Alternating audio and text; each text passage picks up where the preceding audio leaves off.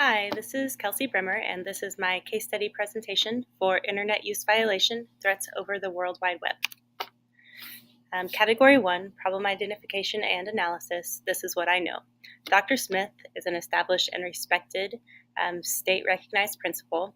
He has been at Slattery-Steno High School for 9 years. Ms. Tate is a second-year teacher at Slattery-Steno High School. This building is in an affluent area of a large city. She has completed her undergraduate degree, a master's degree, and done an additional year of postgraduate work prior to being in her position at Slattery-Steno High. Because of her extensive education, she's older than other new teachers and has never married, so she lives alone. Ms. Tate teaches specialized science courses that she focuses on structured, rigorous, and a serious approach to classroom instruction. The students in Ms. Tate's classes feel stressed and are concerned about earning low grades for the first time in their high school careers, which would affect their chances at being class valedictorian and salutatorian, something that many of the students are working towards. The parents of Ms. Tate's students have voiced their concerns about the workload of her classes and poor instruction in her classes. They have spoken with Dr. Smith, the principal, about these issues. Dr. Smith has shared techniques that Ms. Tate can use in her classes to reduce student stress levels and increase positive interactions with students, but at this time, Ms. Tate has not successfully implemented his suggestions for improvement. I also know that Ms. Tate received an email over a long weekend that directed her to a Facebook page for a personal message. When she visited the site, she found comments using offensive language about her personal habits and her classroom instruction, along with the comment, "Who wants Miss Tate to disappear?" Miss Tate immediately called Dr. Smith, and his response was that he believed this was a prank, and he asked Miss Tate if she could think of any students who were unhappy with her that had had any issues in the past week. Ms. Tate suggested a specific student, William Hall, because he does not like her. He's disruptive in class, and she mentioned to Dr. Smith that William is good with computers, and other students often seek him out when they need help with their devices. Dr. Smith stated that he would print the email and Facebook page so they could talk to William and his friends the next morning, as well as potentially speaking with the district technologist to see if that person could help determine where the email originated. Ms. Tate decided to stay at her mom's house because she was fearful for her life and safety. This is what I need to know. I need to know if the district and or the school has an acceptable use policy that prohibits this type of incident. I need more information on why William was singled out, and if there is a potential for any defamation consequences for making an assumption as significant as this one about him. In Miss Tate's comments to Dr. Smith, she made some very specific comments about William and his behavior in regards to his character.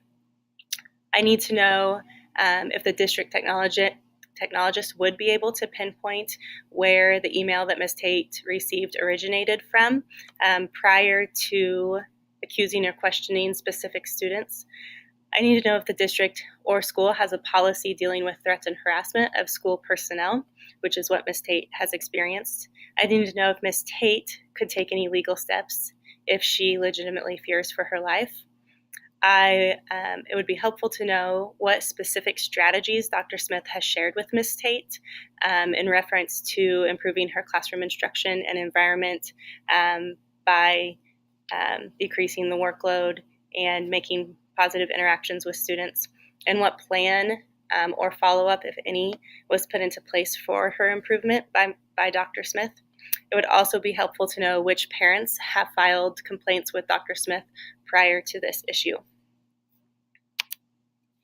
The problem, students and parents are extremely unhappy with the structure, rigor, and stress level of Ms. Tate's science classes. This has been documented by previous instances of parents reporting what's happening in the classroom.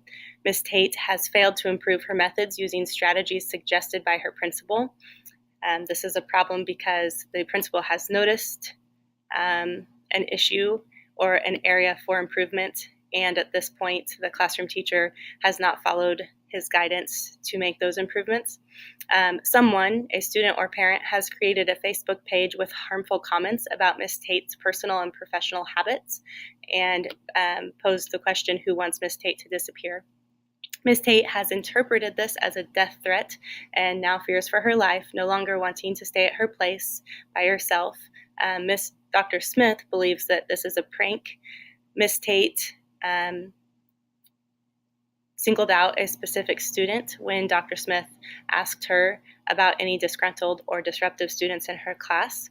And Dr. Smith and Ms. Tate are going to question the said student and his friends the following morning without getting any additional information. I see this as a problem because we could potentially be damaging this student's reputation and questioning his character if he has no involvement in this matter at all.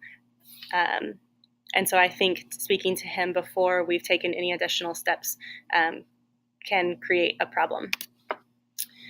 Category 2 is my proposed plan of action. My first step as an education leader in the building would be to contact the superintendent of the district for advice on how to proceed with investigating the incident, and I would do this prior to speaking with individual students. Contact the district technologist would be my next step to see if they could determine where the email came from. And I also would want to speak to that person about how the machines are being monitored to determine if it would be possible to pinpoint any students violating an acceptable use policy by using a school device to threaten or harass Ms. Tate. Next, I need to determine if there is a policy that prohibits threats and harassment of school personnel and what the consequences of violating such a policy would be. I would establish a plan, an improvement plan with Ms. Tate that details acceptable pacing in her classes, what appropriate rigor and workload would be, as well as create strategies that she must implement to increase positive interactions with all students and parents. These need to be done frequently and consistently in an effort to improve her student and parent relationships. I believe that this type of issue, that it has escalated to this point because of a lack in relationships with parents and students. They're not feeling heard or valued. Based on the feedback from the superintendent that I receive, I will determine if a student and parent meeting would be in the best interest of everyone involved. My approach would be to be honest about the incident without providing details.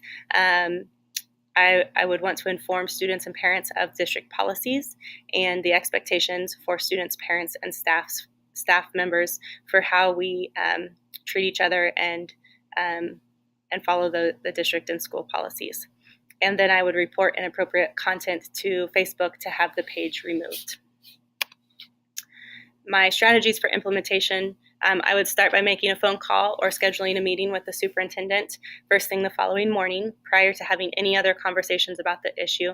I would meet with Ms. Tate next. I need to determine what she is seeking for an outcome, discuss the steps that the district is willing to take after I've talked to the superintendent. I need to discuss with her avoiding singling out students and bringing their character and reputation up in front of others. I need to discuss immediate implementation of her improvement plan to effectively use the suggested strategies that she has been given to reduce student stress and increase positive interactions. I would also like to meet with each of Ms. Tate's classes and discuss the incident. I don't want to provide details because I think that students who are not involved don't need all of the information, and it's not something that I want to be spread further. But I would want to review the district and school appropriate use policy, the policy prohibiting threats and harassment, and our policy for monitoring technology. and also the consequence for violating each policy so that students are informed of what's expected of them and what happens if they violate those expectations. I would also encourage students with information about the incident to come forward and as well as put a stop to the page and the comments. Next, I would either schedule a parent meeting or send home a letter informing parents, without details of the incident, stating that it will not be tolerated in our building, that we expect a culture and climate of mutual respect and appropriate ways of solving problems through communication. I would encourage parents to monitor internet usage at home and would also inform them of consequences for future actions of violating our district and school policies. And then I would work with the district technologist to review data from the monitoring that we have done on school devices. Category 3, the resolution. This is what I believe is best for students. We should avoid singling out students by making assumptions that could damage the reputation of their character. This is something that could result in defamation liability. We should use this situation as an opportunity to inform students of our policies regarding threats and harassment, appropriate use of technology, and defamation of character, and the consequences for violating each. We should ensure that students are being effectively taught digital citizenship skills. This is something that has clearly been violated with the post. We should focus on building positive, effective relationships with students and parents that are based on trust, fairness, and based in ethics. I think that if strong, positive relationships were apparent here, this issue, this incident would not have occurred. And then Ms. Tate needs to explain the reasoning for her high expectations and the rigor of her classes if she believes that the workload expected is acceptable. However, her principal has expressed areas for improvement that he believes are best for students.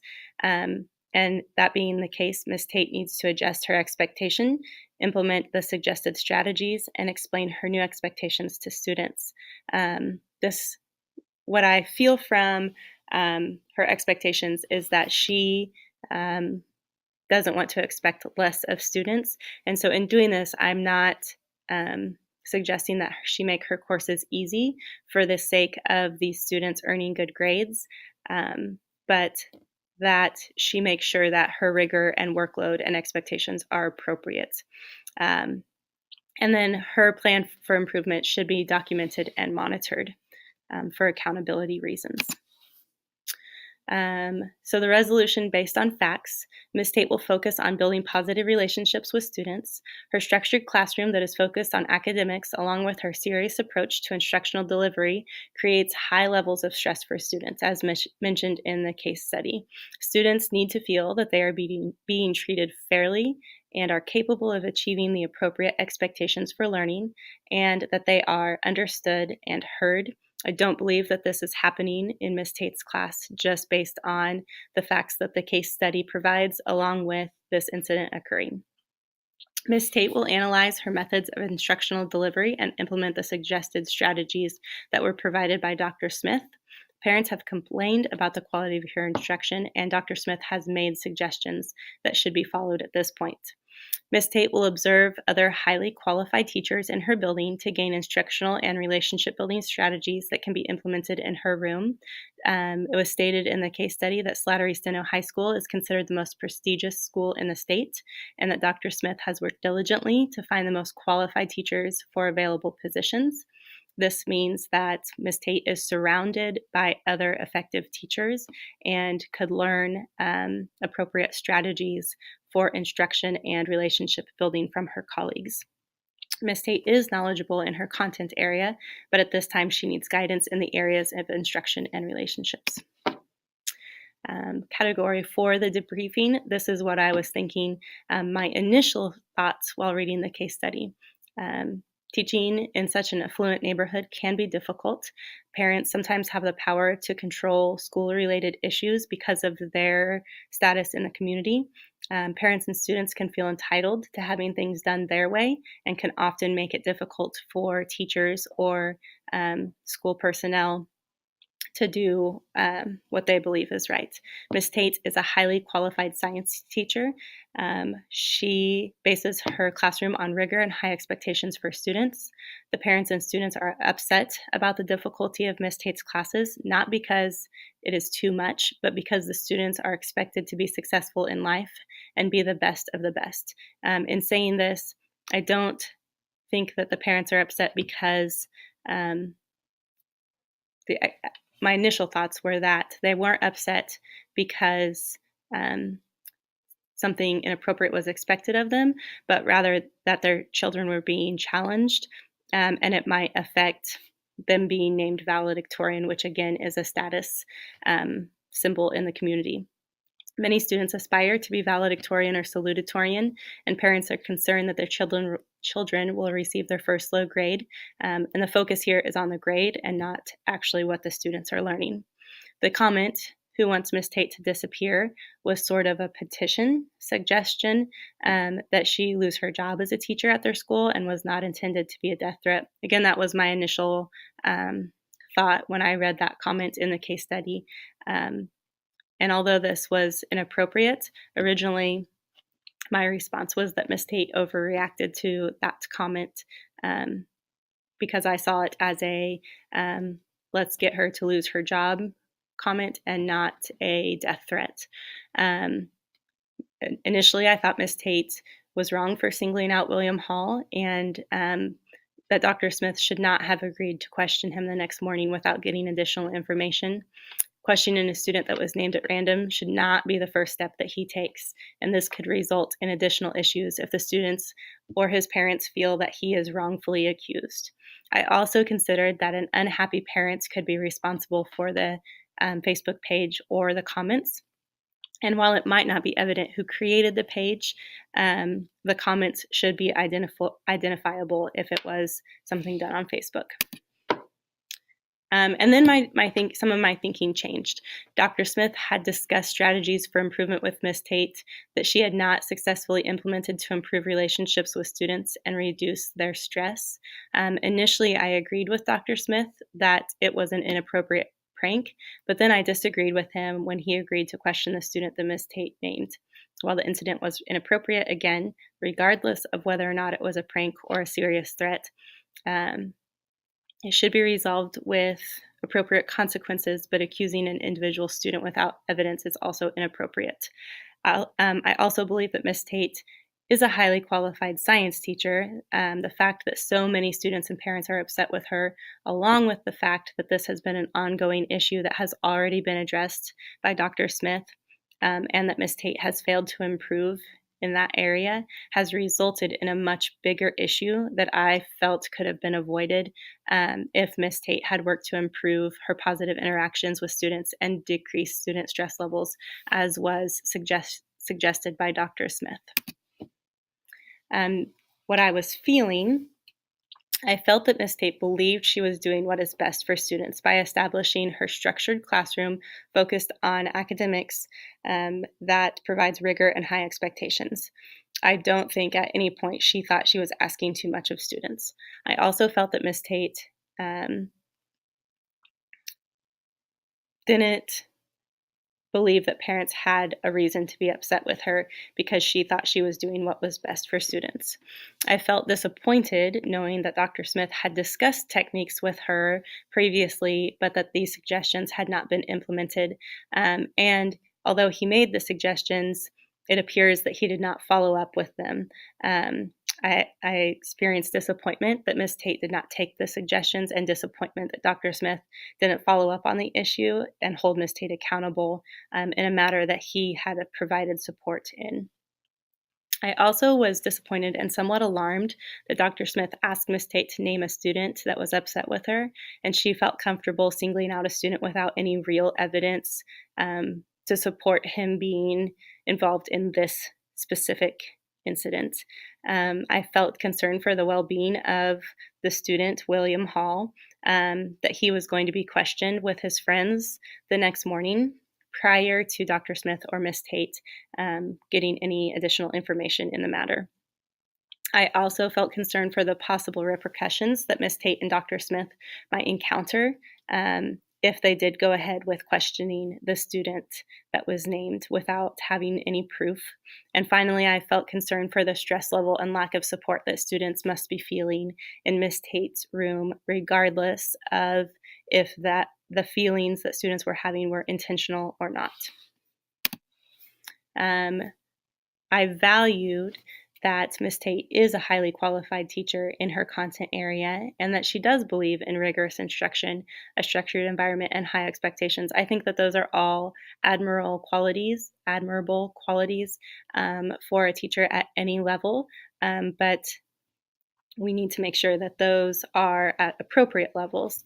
I value that Dr. Smith is an accomplished and respected principal and prides himself on finding and maintaining highly effective teachers. I value that Dr. Smith attempted to provide some initial suggestions to Miss Tate when he realized there was an ongoing issue with unhappy students and parents. And most importantly, I value relationships, which is something that really seems to be lacking in this situation. The unresolved issues, who created the page, who emailed the information to Ms. Tate, what information the district technologist would be able to determine to help in this matter, what steps would Dr. Smith and Ms. Tate be encouraged to take if they brought the information to the superintendent for advice, what reaction would the parents of the students questioned have, and how would that affect Ms. Tate, Dr. Smith, and the school as a whole if liability issues ensued? Is defamation of students a concern? Defamation of Ms. Tate because of her character being attacked? Is there a desired outcome from this situation by Ms. Tate? Is she okay with the page just being removed, or does she expect further action to be taken? Is there any legal action that could result from this situation on either side? And what plan for improvement should Ms. Tate be on to avoid this type of situation in the future? My professional ethics reflection: how did I, the education leader at the building level, apply knowledge that promotes the success of every student by acting with integrity? As the education leader, the first thing that I wanted to do in this case was keep a level head and carefully consider all of my options prior to jumping to action. I did this to avoid taking a misstep, which could result in further harm to parents, students, the teacher involved, or the school itself, or myself as a professional. I then chose to seek additional advice from my superintendent because I felt that this was an issue that was bigger than myself, and one that could easily escalate into an even bigger issue, resulting in legal action by either party, which would ultimately affect the district as a whole.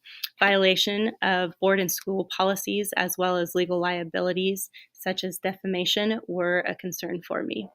By further investigating the issue before jumping to conclusions or accusing anyone by acting too soon, I avoided putting myself in a position that would compromise the integrity of not only myself, but my students, their parents, the staff, and the school as a whole. How did I, the educational leader of the building level, apply knowledge that promotes the success of every student by acting with fairness? I carefully considered all sides of the issue without jumping to judgment about any party involved. I know that the acts of slander and malice could result in liability charges, and by allowing Ms. Tate to express an opinion about a student that damages his reputation, his standing in the school, or affects how he is treated at school, by possibly questioning him and accusing him of something without factual evidence, we could have put ourselves liable for the situation. It was clear at this point that all sides felt mistreated. The students felt like they were not being treated fairly in the classroom with a workload that caused unhealthy stress levels and could potentially have a harmful effect on the good grades that they had worked hard to maintain up to this point. The parents were upset about the students' mistreatment and had vocalized this to Dr. Smith, expecting action prior to the incident. Ms. Tate was upset that she had been threatened to the point of feeling unsafe in her home. And out of fairness to everyone and their feelings, it was necessary to remain neutral and objective when handling the issue. And I wanted to base all of my decisions on facts and not personal opinions or assumptions. And then how did I, the educational leader at the building level, apply knowledge that promoted the success of every student by acting in an ethical manner? I believe that it was important to consider how my decision as an education leader would ultimately affect everyone involved: the students, the parents, the staff, the school, the community as a whole, and my own integrity as a professional. I was cautious to not act in a way that would be detrimental to anyone involved by making assumptions or basing my decisions on my own perspectives, feelings, or opinions, or those of others. I believe it is important to take a step back when an issue as significant as this occurs and think through all of the issues in a calm and logical manner. And at times, it's necessary to seek additional advice. It was important to consider the district and school policies that could have been violated in this situation so that I was sure to follow the necessary protocols. And then ultimately, I attempted to act in a way that would not damage any professional relationship between students, parents, and schools. I do believe that this entire incident circles back around to the lack of positive relationships, and I didn't want to do any further damage in that area. That's my presentation. Thank you.